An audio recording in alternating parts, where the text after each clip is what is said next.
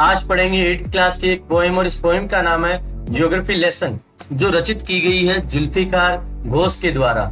और इस पोएम का नाम देख के आपको बड़ा ही आश्चर्य हो रहा होगा कि इंग्लिश की जो कविता है उसमें ज्योग्राफी कहाँ से आ गई।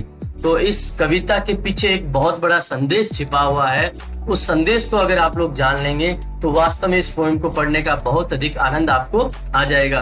तो चलो करते हैं आज के पोएम की शुरुआत में कवि कहता है, When the jet sprang into the sky, it was clear why the city had developed the way it had, seeing its scale 6 inches to the mile। कवि ये कह रहा है कि जब मैं जेट में बैठा हुआ था और ये आसमान में ऊपर चला गया तो साफ साफ मुझे दिखाई दे रहा था कि शहर जो है, शहर की जो बसावट है वो इस प्रकार से क्यों है, शहर का जो निर्माण किया गया है वो इस तरह से क्यों किया गया है।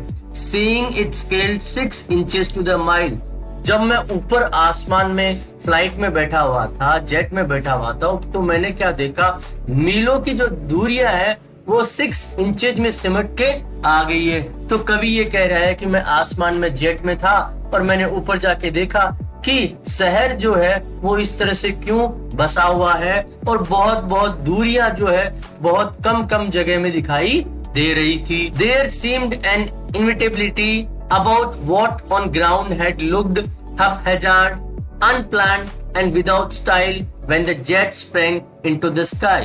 ऐसा लग रहा था कि यहाँ पे जो है एक इस तरह का काम है जिसको हम लोग अवॉइड नहीं कर सकते, जिससे हम लोग बच नहीं सकते। इनएविटेबिलिटी का मतलब है जिसको हम लोग अवॉइड नहीं कर सकते। About what on ground had looked haphazard, haphazard का मतलब है बिना किसी योजना के, अनप्लान्ड एंड विदाउट स्टाइल, ऐसा लगता है कि कोई प्लान नहीं था, कोई स्टाइल नहीं थी। When the jet sprang into the sky, तो दूसरे स्टेंजा में कवि ये कह रहा है कि जब जेट मेरा है, विमान जो आसमान में उड़ रहा था, तो ऐसा लगता है कि शहर जो है बिल्कुल व्यवस्थित नहीं है, कोई ढंग से इसकी प्लानिंग नहीं होगी और इसको सही तरीके से व्यवस्था नहीं की गई है। लेकिन ऐसा लगता है कि ये चीजें होना जरूरी थी और इनको अवॉइड नहीं किया जा सकता था, इनसे बचा नहीं जा सकता था। When the jet reached 10,000 feet, it was clear why the country had cities where the rivers ran and why the valleys were populated। जब ये जो जेट विमान जो है लगभग 10,000 फीट ऊपर पहुंच गया तो मुझे साफ साफ दिखाई देने लगा, समझ में आने लगा कि हमारे देश में जहाँ सिटीज हैं वो नदियों के पास क्यों हैं, जहाँ नदियां बह रही है उनके पास शहर क्यों है। And why the valleys were populated, और ये जो घाटियां हैं इनके आसपास में इतनी ज्यादा बसावट क्यों है। तो कवि कह रहा है 10,000 फीट ऊपर जाने के बाद में मुझे पता लगा कि क्यों लोग नदियों और घाटियों के पास रहना पसंद करते हैं और वहीं आसपास में आबादी ज्यादा क्यों है। The logic of geography that land and water attracted man was clearly delineated when the jet reached 10,000 feet। तो ये ज्योग्राफी का जो लॉजिक है, भूगोल का ये जो तर्क है, क्या तर्क है कि land and water attracted man, जमीन और जो पानी है वो मनुष्य को अपनी तरफ आकर्षित करता है।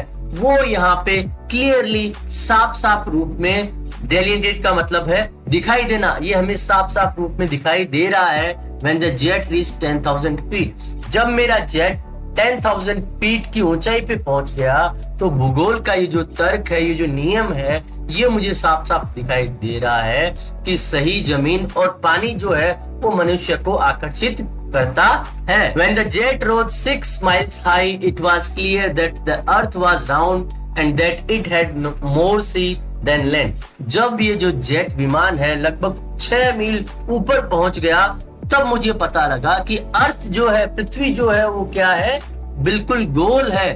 और अगर हम चारों तरफ देखें तो हमें जमीन से ज्यादा समुद्र दिखाई देगा। हम अभी आसपास देखते हैं तो हमें केवल जमीन दिखाई देती है, पर इतना ऊपर जाने के बाद में हमें चारों तरफ पानी पानी, समुद्र ही समुद्र दिखाई देगा। तो कवि कह रहा है कि 6 मील्स हाई जाने के बाद में ऐसा लगा पृथ्वी गोल है और चारों तरफ समुद्र ही समुद्र है। But it was difficult to understand that the man on the earth found causes to hate each other, to build walls across cities and to kill.